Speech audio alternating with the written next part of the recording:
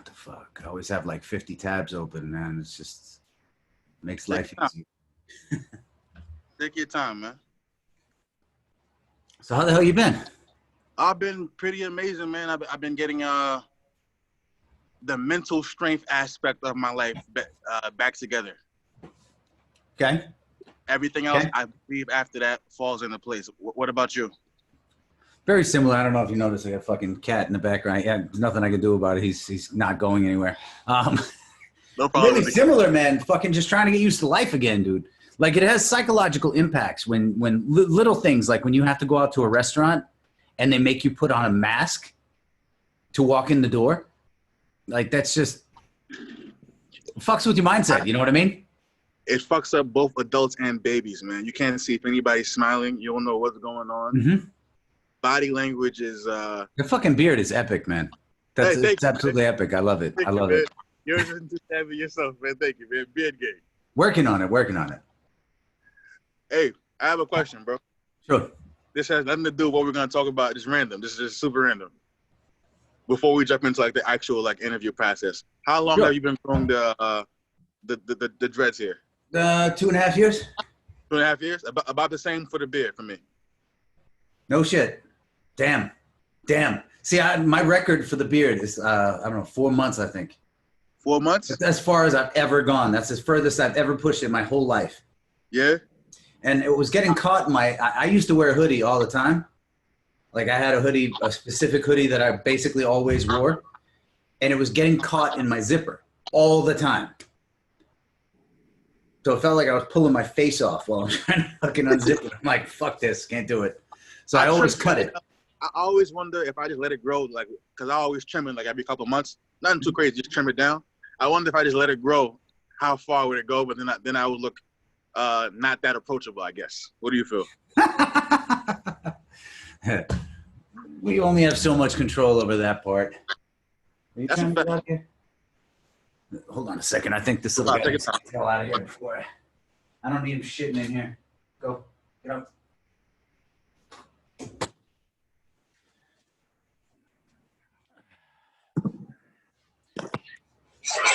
And they pull that shit on me constantly, but there's nothing I can do about it. So I just fucking deal with it. Which portion? The appearance portion or the cats? The cats. As far as the appearance shit goes, I don't care, man. I mean, I cared up until a certain point, and I put effort into it, but at this point, it doesn't make sense. It's wasted fucking effort. You know what I mean? Like the questions don't even come up. If you actually know what the fuck you're doing, nobody even says anything about it. I used to cut my hair every 2 weeks and shave every fucking day because I was fearful of, people's perception. Facts. And then you stop shaving, stop cutting your hair. Nobody fucking cares. You show up to a meeting with 3 beers in your system. Nobody fucking cares. As long as you're not a complete asshole. Facts. There's limits. There's limits. You can't push it over the edge. But you can be slightly different than what people expect. And oftentimes it actually strengthens your communication, to be honest. That's what I found. It may or may not help you stick out in front of the pack. Yes. See, I can't roll shit, so I got to do this. It's a little less hideable. A little less discreet. I would care about it, but, fuck appearances, right? Damn straight. I'm going to go ahead and start. Mr. William Bonnell. For everybody living under a rock, if you could please explain who you are, what you do, and why I felt it was so important for you to be interviewed. I'm William Bonnell. I'm a real estate investor. Been doing this about 20 years. I don't know, probably because I'm the handsomest motherfucker on the internet. That would be my assumption for why I am interviewed. And how long have you been doing real estate? Since March of 2000. March of 2000. Mm-hmm. I'm gonna repeat that. That's March of 2000. That would give you 20 years, correct? Yes, sir. So I'm gonna ask now. When you started in March of 2000, were you a real estate agent or were you always an investor? How'd that go? Both, actually. I got into the agent thing slightly after the investor thing. So I started doing the investor side, ended up getting licensed.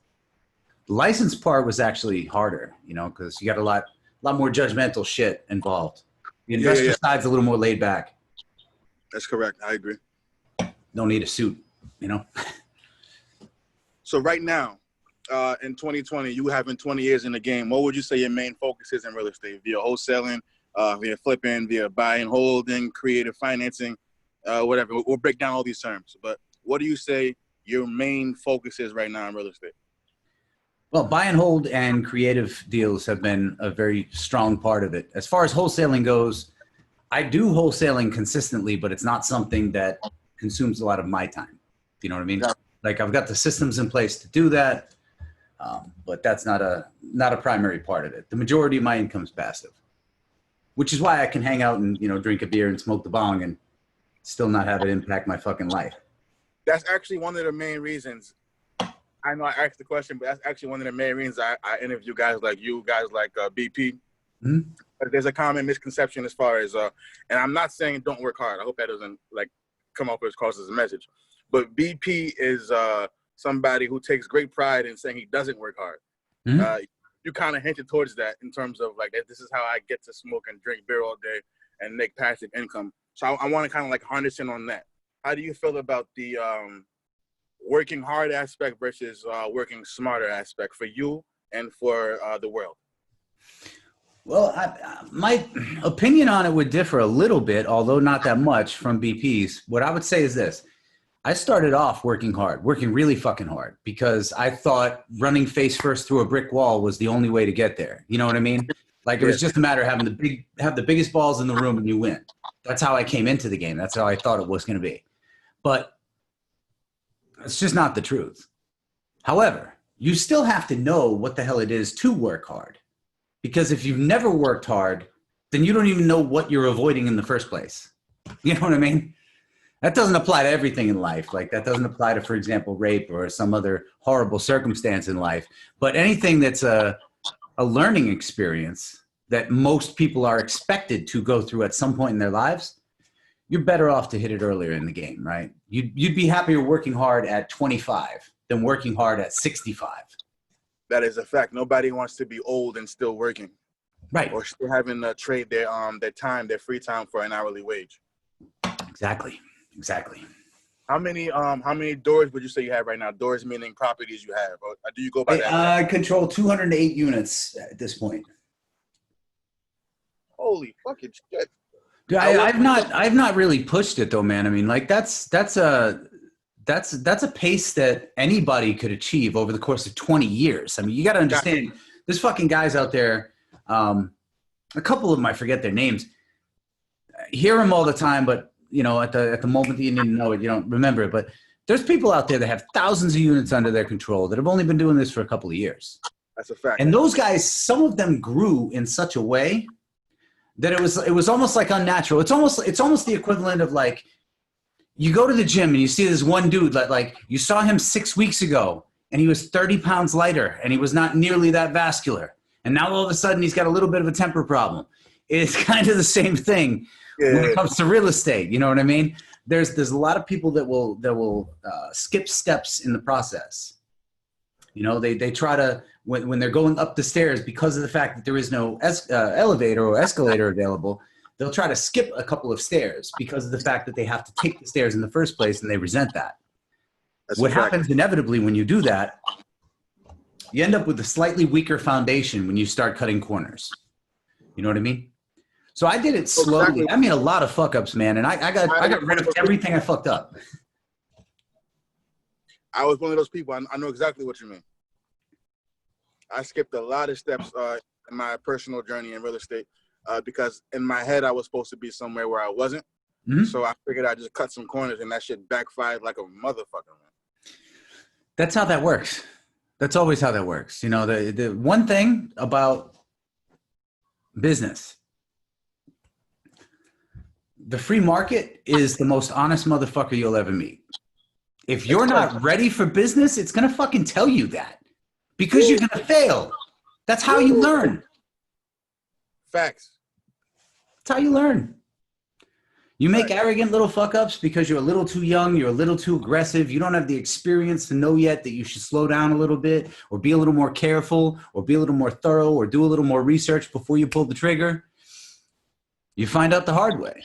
Unfortunately, sometimes other people get burned, but believe it or not, in this game, just in this one particular industry, I know a lot of people who have actually turned that around. Meaning, I know a lot of people who got into the game, had their very first investor, they burned their first investor, not intentionally, but due to lack of experience. Like everything went wrong, everybody lost money. And then through pure perseverance after the fact, they managed to not only pay that back, but then provide future opportunities, and they're still working together to this day. I feel like, yo, Will, you know what I feel like? I feel like you just like went into my life, stole like 3 chapters, and exposing it to that's exactly what happened to me. Verbatim, my first 2 investors shot this shit to fucking hell. Just not intentionally, just not know what I was doing. I was verbally able to explain to them what I could do, and I went into the intentions all doing so. But in the process, with so much going on with my first 2 deals, shit went south, and I'm actually still, in some way or another, still paying for that now. But in terms of making better decisions as you grow and learning from past mistakes, holy shit, you hit the nail on the fucking head. Dude, if you don't make mistakes, though, that's one thing that I'll say I hate about the education side of the industry. Whether you're talking about the paid education stuff or even the free stuff you get, YouTube, Bigger Pockets, whatever the hell it is, even this fucking video that we're on right now. A lot of times people don't talk about the truth. And the fact of the matter is, no matter how much you learn from other people's experience, you still have to fuck up. Dude, I've been doing this now for 20 years. I still fuck up something every week, personally. Not that just somebody within my organization fucks up, but I still fuck up every single week personally. And I will, forever. I love the fact that you're harnessing in on that, because honestly, that's one of the reasons I started this particular platform, this particular podcast, because I fucked up. So it's one of the reasons I started it. So 1, other people can learn from my mistakes. And 2, one of the best ways to learn from your mistakes is to teach it, right? Mm-hmm. I read that one of the best ways to learn something is to teach it. So I said, you know, while I'm going through what I'm going through and learning from the past mistakes on my journey, I can tell people about the mistakes I made. And maybe they won't make the same mistakes I did, and they can have a better relationship with their particular investors in the beginning, so you don't have to go through that hurdle. Mm-hmm. It's a common hurdle, man. It's a common mistake to make, unfortunately. A lot of people come in, and this is at least initially for many people, it's perceived as a get-rich-quick type industry, okay?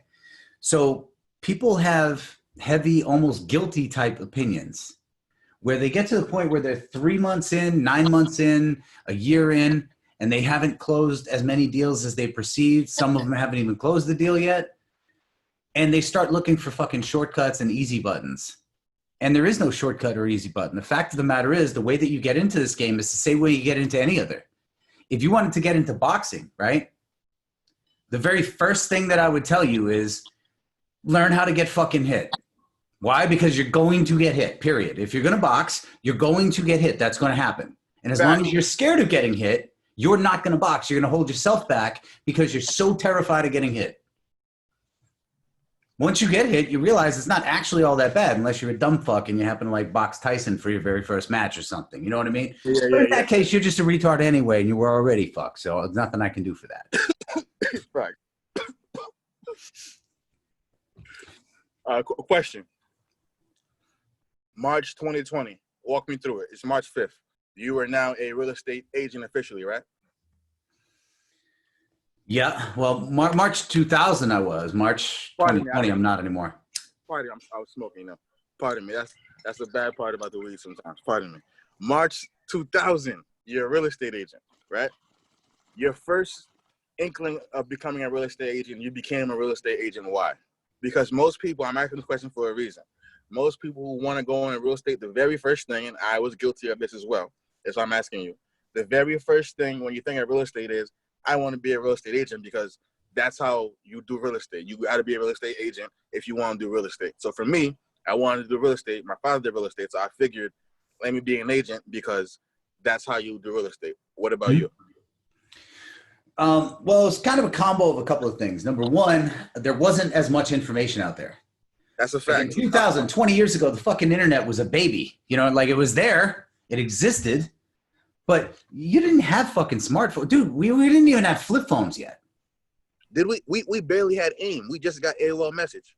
Yes, like it was just, that was brand fucking new. So you couldn't go online and find all this shit that you can find now. That didn't exist.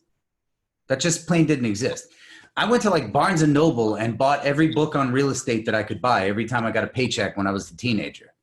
Gotcha. That's what I was doing. You know what I mean? As soon as I heard that real estate was where it was at money-wise, and just a tiny little bit of exposure at some point as a teenager to the idea that the wealthiest people in the world owned a shitload of real estate, and that's why they were so wealthy.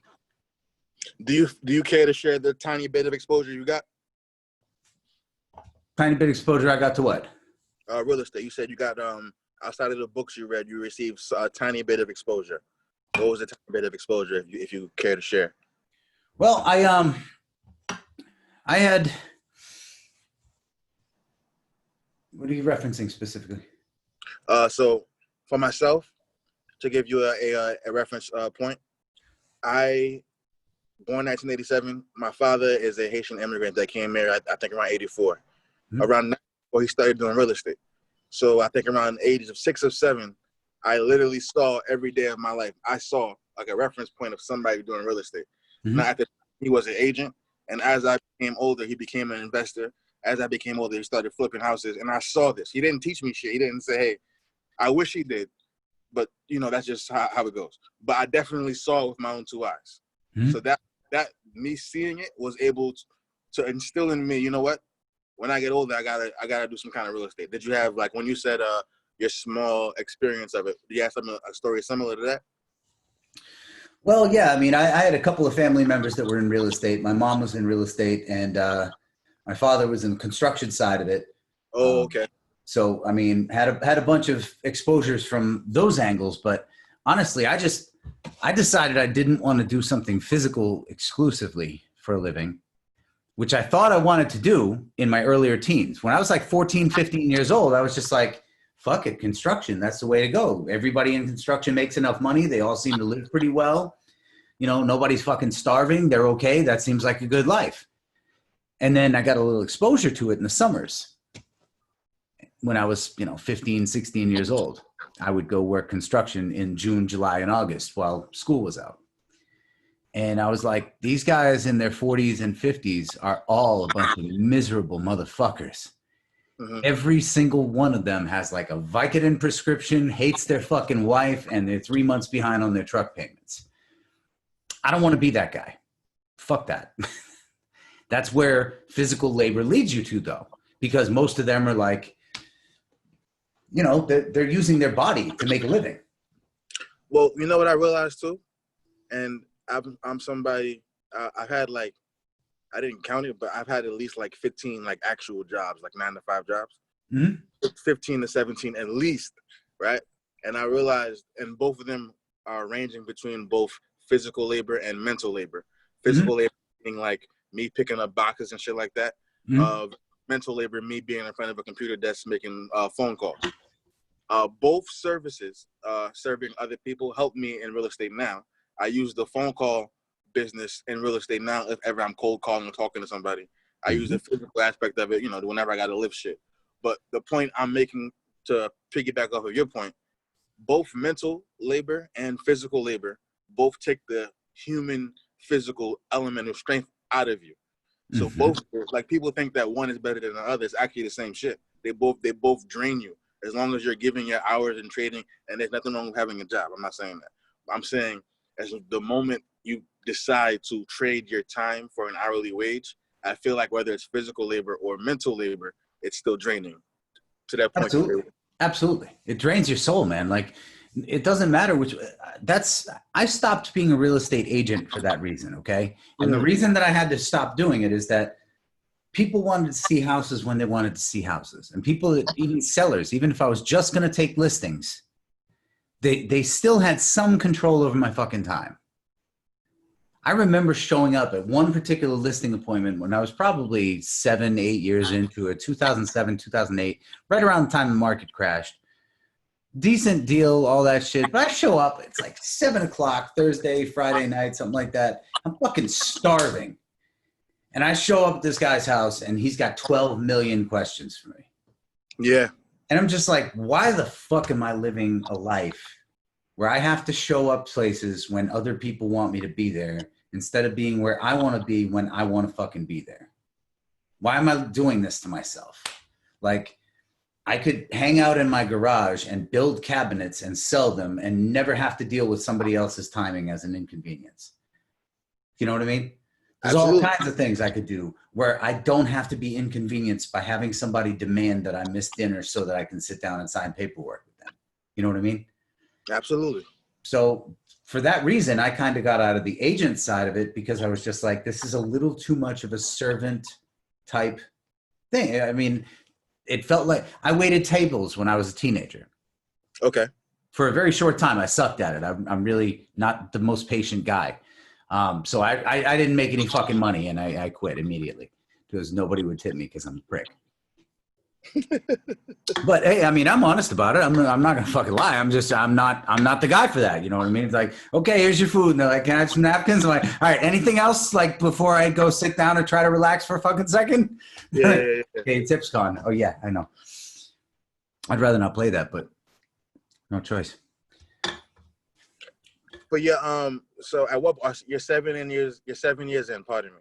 You're still a real estate agent. At what point in that 7 years did you start becoming a landlord, so to speak? I became a landlord in 2003. Okay. And long term became a landlord in 2003 and have maintained it since then. I did it for short term a few times before that point where I bought something that was like tenant occupied, but to flip it, it took me 3 years. I'll admit this, and this is pathetic to admit, but I'll admit it. It took me 3 years. Despite all the real estate training I looked at, I was only laser focused on transactional shit. Flipping, wholesaling, listing fucking high dollar houses for massive commissions, whatever. I wanted to make huge chunks of money from real estate. It was like, where am I getting a $50,000 check? Where am I getting a $100,000 check? That was how my mentality was. You know, instead of like, how do I go about getting $5,000 to show up every fucking day when I wake up in the morning? You know what I mean? Like completely different mindset. And we might even be looking at the same amount. Let's say we're looking at the same amount annually, right? Like, for example, I want to close a $50,000 deal roughly once every 3 weeks. Or I want to have $2,000 a day every single day, 7 days a week. Interesting. Right? Same fucking amount of money. Over the course of the year, if you add it up, really, really close amounts of money. I might not be identical with the math, but it's really close, okay? If you were to do 14 deals at 50K each, 700 grand, right? Or 15 deals at 50K each, 750. 750 would be roughly 2K a day for a year. Roughly 750, 730, 735, whatever. You're in the same general, bracket. Got you. Got you. Way off. That's the point there. Anyway, what messed me up is I never viewed that second option at all for the first 3 years. No matter how many people brought it up to me, I would dismiss that conversation because I was young. I'm doing that shit right now, so I'm plugged in with you right now. Please continue. Every fucking time somebody would approach me and say, you really need to focus on the cash flow. What the fuck are you doing just flipping every one of these properties? If you kept one of these, a lot of the properties I was dealing with up in the Boston area were like 2 families, 3 families, 4 family houses. You know what I mean? So they're potentially cash flow properties. And had a couple of people just say to me like, dude, you're selling off contracts on these fucking properties when you could just close on these contracts and make money for the next 50 years and literally fund your retirement with that fucking house. Instead, you're selling your contract for 10 grand. It's just, it's like, jerking off right before you go out on a date. Like, it's just fucking ridiculous. You know what I mean? Some would say needed, though. Huh? Some people would say needed. So question. Out of your do you deem, all right, so how do you deem your source of income as far as a collective, your net worth, how do you judge it? By the properties you have, by the amount of money you have in the bank? Like, would you deem yourself a millionaire? Would you deem yourself somebody who doesn't count? Because some people see money, well, we all see money as a commodity, pardon me, those who see money like that. But others don't like giving a title to what they have. Your opinion. I don't really like the labels or anything, but I mean, if we're counting assets, I've got millions that are lien free. And lien free, there are people who may or may not know the definition of lien free. Please explain. Meaning, like, I've got some free and clear properties that I don't owe anybody anything on. And I've got other properties that I owe very little on in comparison to what the property's worth. I don't have any high debt stuff. Mm-hmm. Of what I'm currently holding right now, though, I will say the last acquisition that I made was 2006. On what I'm holding right now. So I bought all of that in a very short period. I bought a bunch of shit since, but I got rid of all of it. I acquired one portfolio at that time, and I've simply hung on to that and added one more. That's it. Here's the cat beating the door down again, like I said he was going to. You have him in the closet? No, he's out in the hallway, actually. But he's just beating the damn door down because he wants to come back in here. It's all right. I'm over it. You can let him in if you want, man. I don't mind, brother. Let me see. Maybe he'll shut up if I do. Come on. Shh. All right. Hopefully that does it. We'll see. We're going to see, man. Tell him I said what up. I'll tell him I said what up. All right. Ladies and gentlemen, you heard him loud and clear. He said he's worth over $1 million in properties that are lien free. Is that correct? Yes, sir. And how long have you had this status? Since 2006. 2006. Upon reaching the status, was that a goal you were reaching as far as being worth $1 million? Or is that something that just happened because you were? No, that was almost purely accidental, to be honest with you. The only thing I was trying to do was build a business. I wasn't tracking anything. I was just trying to keep up with as much as possible. Now, here's the most embarrassing part, and I'll tell you this. I fucked up so much, and so did my team, because every one of us were way too eager, and we simply didn't know what we were doing well enough yet. So we were way too aggressive considering our skill level, you know?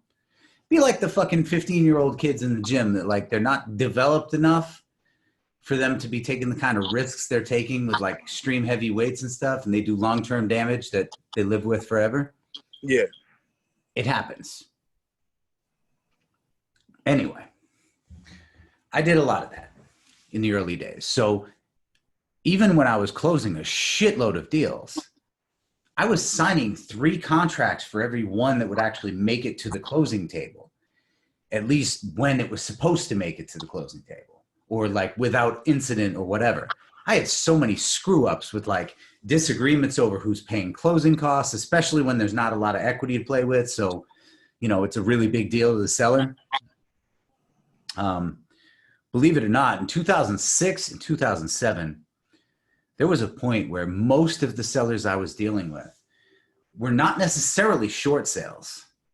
Okay. So they weren't like by definition upside down, but they had so little equity that if I listed their house, and I'm talking like perfect house in perfect condition, let's say even new construction 1.5 years ago, 2 years ago, right?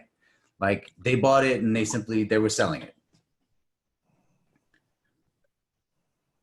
The average seller had so little equity after like paying commissions and closing costs, just customary costs, that $1,500 was a big deal, you know?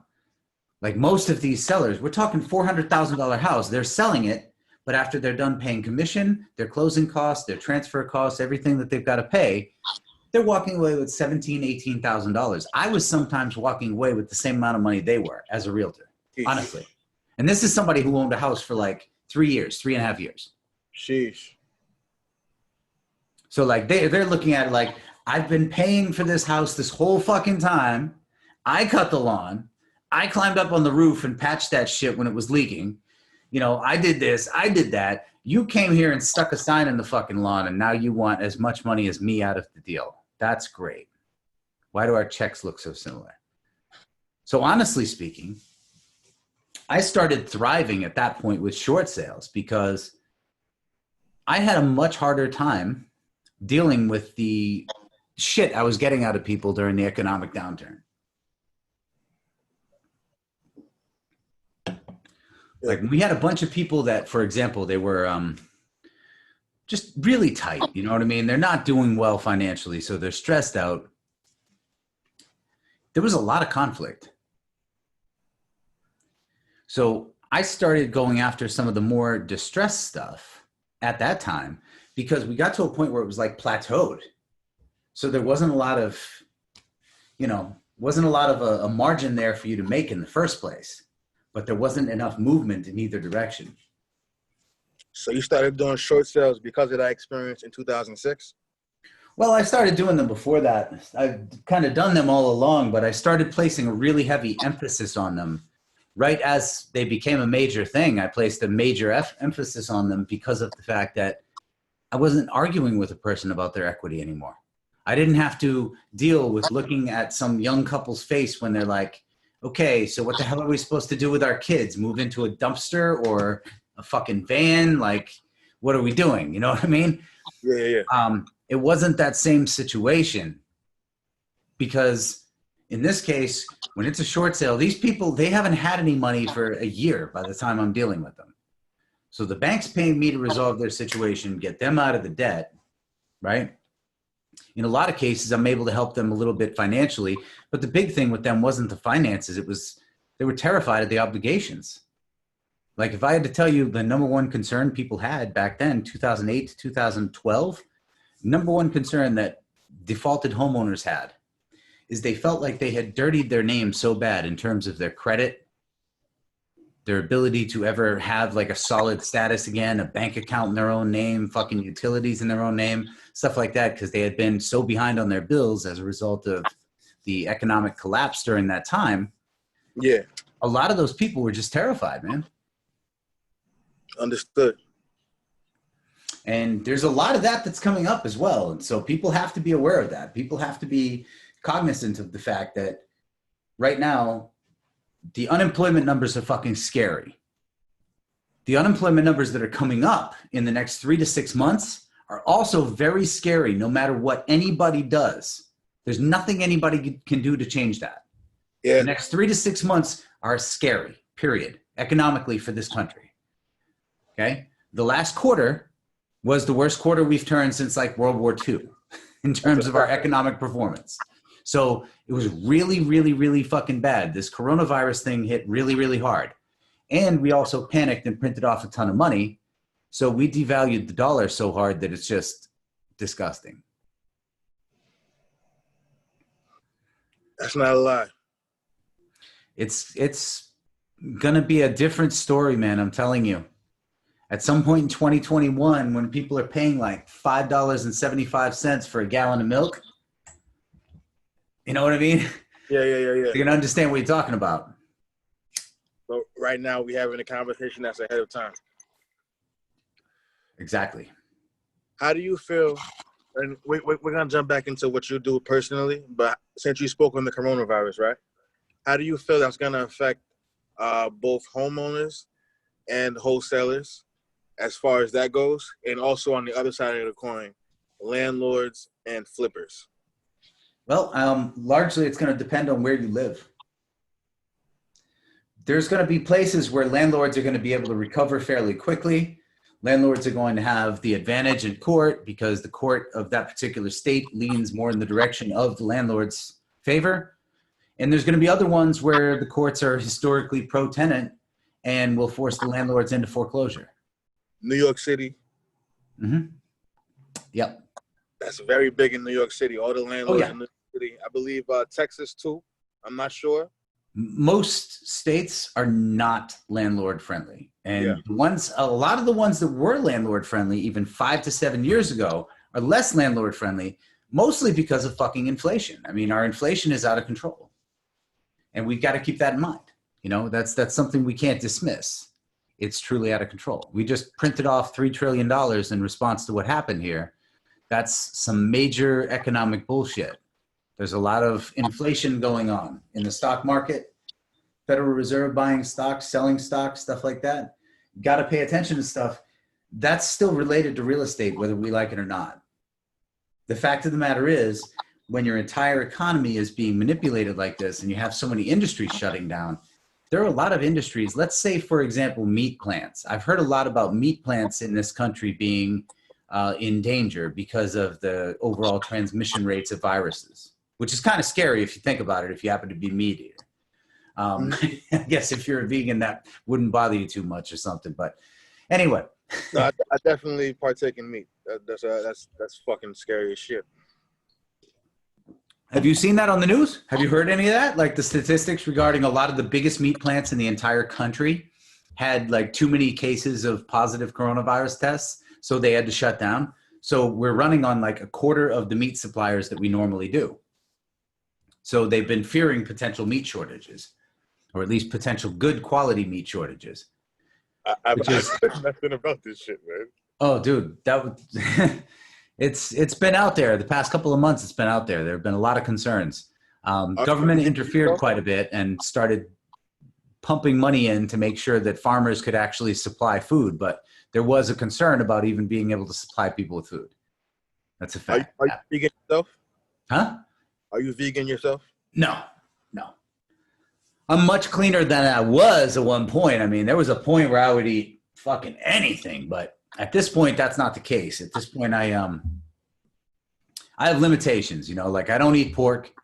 I don't eat shellfish, but other than that, I don't have a lot of rules on it. I try to avoid the shit that makes my cholesterol go up, you know, anything that makes my chest feel tight. Mm-hmm. I'm just like, okay, no, I'm not going to do that. There's certain foods that you eat that your body's reaction just tells you like, this isn't right anymore. You know what I mean? Like there were some things I used to eat when I was younger that I can't eat now. When I was fucking 18. Oof, huh? That should have fucked me up if I eat something too crazy now that I used to eat back in the day, man. Dude, when I was 18 to 25, I could eat McDonald's or Burger King if I was on the road. It didn't matter. I would stop and grab Burger King and I'd be fine. Right now, if I stop and grab Burger King because it's an emergency, I'm in fucking bed and the toilet for 2 days. Like, cancel all my plans for the weekend. That's it. Because my body can't process that. You know what I mean? Like, I don't necessarily do the vegan thing, but I do, like, I don't do a bunch of fake shit. Like, I don't do plastic meats and stuff like that. You know, like, it all has to be actual real stuff, you know? Nothing that comes from a factory. Question about for newbie real estate investors, right? Mm-hmm. Somebody who's brand new, somebody who saw William Bonnell on Facebook and said, "Hey, this guy's handsome. He does real estate." What advice would you give a newbie investor that wants to be William Bonnell in terms of worth $1 million and smokes and drinks when he wants and has 10,000 cats? Yeah, that makes sense. It's an accurate description. All I would say is this, just, you know, I've been slowly working at this the entire time that I've been doing it. I've always been a student of it. Whenever I've had a chance to learn something new, I learn it. You know what I mean? I don't dismiss something. I'll dismiss something if, let's say, for example, I'm hearing the same MLM presentation for the 14th time in 2 weeks. I might dismiss that when I'm like, okay, look, I know this fucking entire script and all the logos and graphics that are coming with it. I've seen the entire PowerPoint presentation. I've got to bail because I have like phone calls to make and shit. Generally speaking, you don't have that type of experience in real life, you know? Like there are certain things that'll identify themselves because there's a brand, like there's a logo, right? So there's certain things that I don't know what they are. We've never discussed this topic, you and I. But there's definitely certain companies that you would perceive as like a pyramid scheme that multiple people have presented this opportunity to you through maybe Instagram and Facebook. And you're like, man, that's such a fucking scam. I can't believe these people want my $400. You know what I mean? Like, yeah. I've been getting approached by that specifically Very recently, a lot. There's a lot of that shit that comes out. It's disturbing, honestly. Like when you look at it, it's disturbing how much of that there is. If somebody approaches me with something that I've never heard of before, meaning I meet you and you have a one-off business. This is not some random corny thing. You're not selling me some MLM bullshit. You personally came up with a concept. You have a business model that you personally came up with. I look into that stuff. I'm interested in that. You know what I mean? Those are types of things that I can talk about something like that. You know, even if it's a restaurant or something like that. I don't personally touch restaurants, bars, stuff like that, but I know people who do, and I know people who could be good advisors for that type of stuff or could be good resources for that type of stuff. I drink too much to have fucking bars. I'd be all set with that. I get myself in trouble. That shit is crazy to me, man. It's coronavirus going on, all this face masks, the economy. I foresee a lot of, unfortunately, I foresee a lot of suicide, honestly. I foresee a lot of, I foresee a lot of, I'm being as real as I can, you know what I mean? I foresee a lot of foreclosures. I foresee a lot of evictions. I foresee a lot of forbearance by banks. I could just see many things going wrong and people not knowing how to react. And I also see the government giving another bailout. So to your point, that's going to be even more in debt. So my question, because this is going somewhere, will follow me. My question, with all that negative, right, that's going to lead to people doing what? Going to violence. Now with violence, people don't really swing anymore. They use firearms. So I want you, Will, to explain, in your opinion, the importance of firearms in this climate now versus before, and how that somehow relates to finances. Man, you come up with some awesome fucking topics. Hey, thank you. I'm enjoying that. Podcast, right? So, look, I think firearms are always important, honestly, because they're an equalizer. Minus firearms, the fact of the matter is, like, whoever is the biggest, strongest, most well-trained, dangerous, violent person around is going to just dominate everybody else. You know what I mean? Like, for example, women that are like beaten by their husbands, firearms are a fucking huge advantage for them. That's one of many ways they can potentially defend themselves, but it's probably the easiest overall in terms of like guaranteeing that they can actually successfully eliminate a threat, right? During times when economic stress is up, shit does get crazy. Shit gets fucked up. Yes, it gets fucked up. People make mistakes. People do things that are not right. A lot of things that are not right. And I mean, there will be higher levels of robbery and stuff like that. You'll have higher levels of addictive substance abuse and stuff like that, heroin, all that other stuff, because people are suffering. That's what causes that. It usually is pain. You know, they're suffering in some way, shape, or form. So they pursue something, you know. There's a lot of that. There's, like you mentioned, potentially a lot of suicide issues coming up, which is, I mean, that's something I really, truly hate to hear about anybody being pushed to that extent. It's not a happy topic. I think potentially also a lot of divorces, a lot of separations of young parents where children that had a chance at having a 2-parent household got fucked out of that because of this bullshit economic crisis. And I'm not calling COVID bullshit. I'm not one of those people. Like, I don't have any scientific knowledge whatsoever on any fucking topic to a level that I can certify something. I'm not a scientist of any kind. I have zero medical training. My opinions on viruses or any kind of medical anything are 100% worthless, period. Okay? They're just my fucking opinions, and nobody should even listen to them. But I think the virus itself is probably real because people who are doctors are saying it's real. So I'm going to believe them. And I know people who have lost family members to this virus, unless these reports that they're supposedly relabeling all deaths as coronavirus or whatever are true, there's a lot of mental health stress that comes with all of this. Everybody going through these time periods where we have to have, oh my God, how convenient that this is right here, huh? Yeah. They have to wear these fucking things. You know, I mean, they've suggested goggles. They've suggested all kinds of things. They're changing the way kids are going to school, and how's that going to affect a lot of parents' households depending what they do for a living? So there are so many factors that have changed in such a very short period of time that trying to predict any given factor right now is pretty tough. Honestly. That's why these so-called experts really amaze me, man, because nobody knows shit. Everybody's walking around not knowing anything, but somebody will hear this from this news or this radio station, and they'll talk to you as if it's fact when we all don't know anything. Mm-hmm. Who say there won't be another shutdown? You have to follow, you know, you have to follow things. You have to pay attention to things, but you have to pay attention to what you actually see, which means that you have to be actively communicating with people in your community. And quite frankly, that's how you accomplish the goal of getting where you want to go anyway. No matter what you do for a living, if you want to build your business, people have to know about you.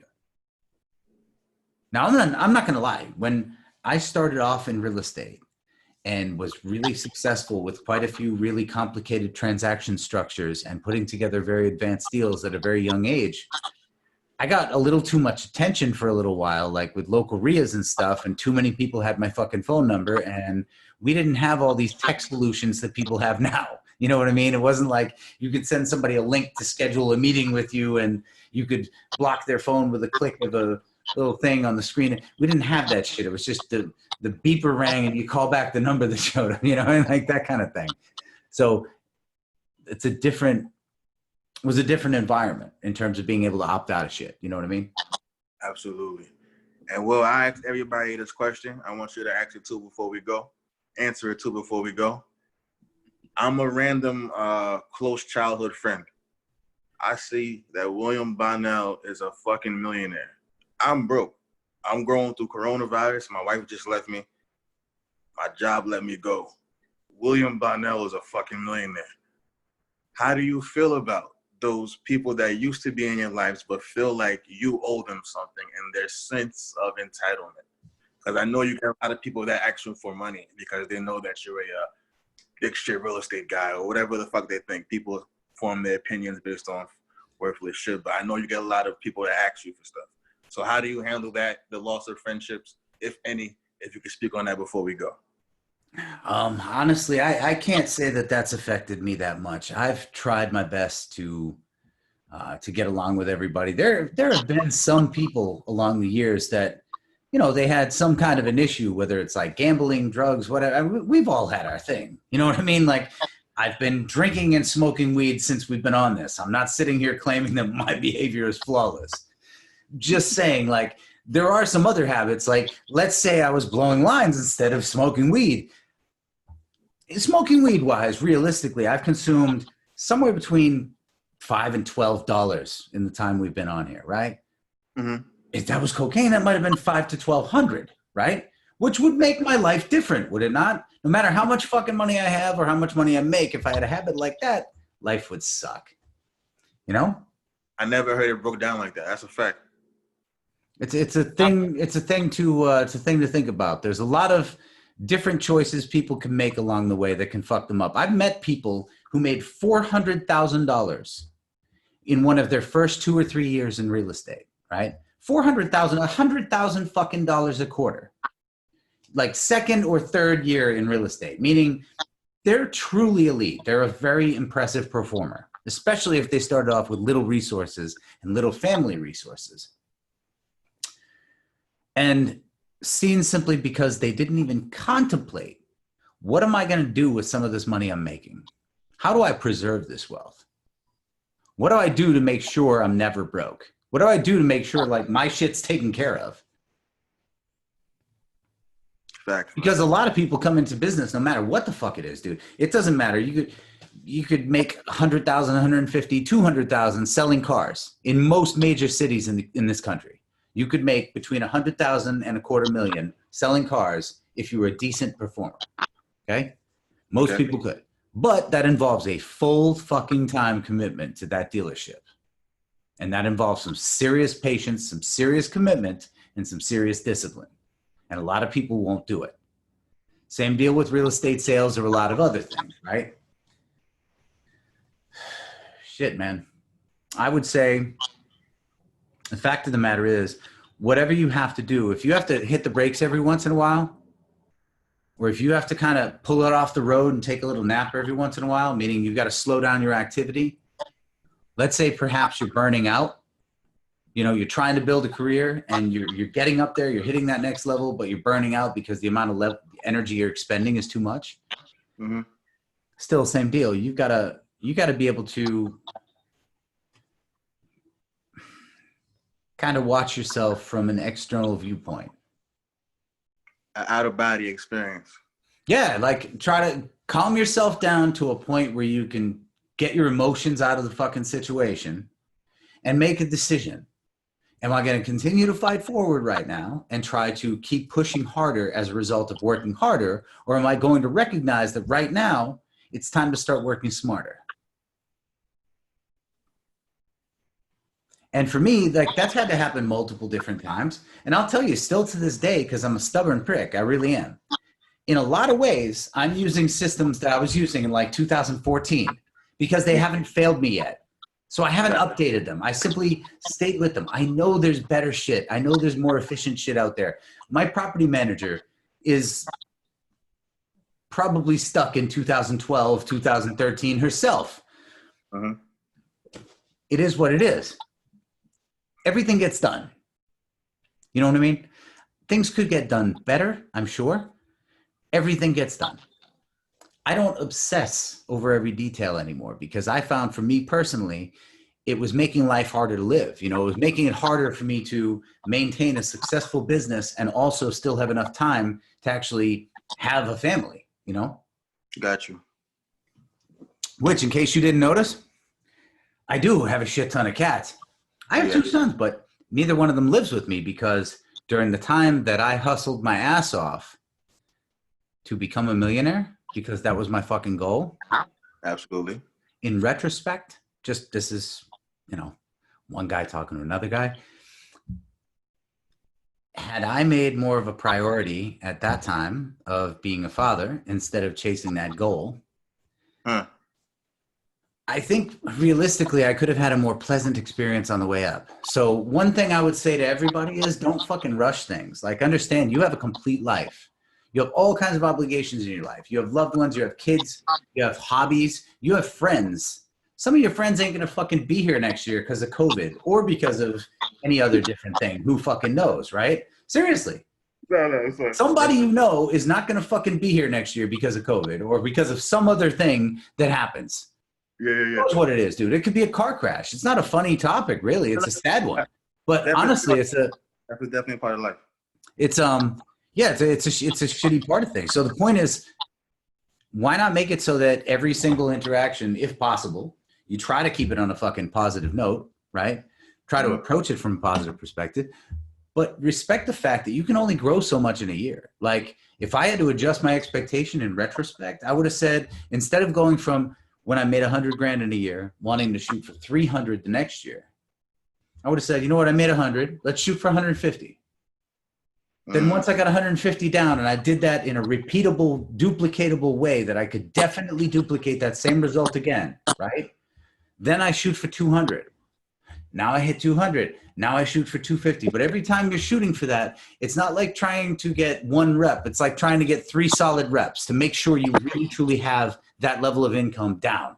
You've attained that. You've mastered that. You can do that every fucking year for the rest of your life, right?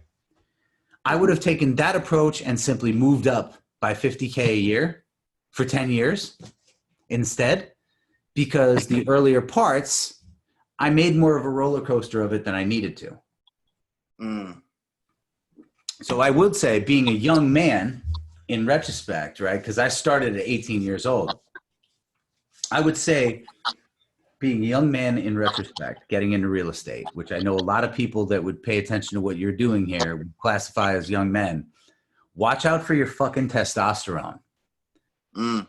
Meaning, make money, but if you're young enough that you still have it on your mind to be at the club, you still got it on your mind that you got to be chasing tail, get that out of your system, but truly work it out of your system so you don't have a fucking midlife crisis, okay? Like, let that part go. You can still make some money, just don't shoot for $1 million yet.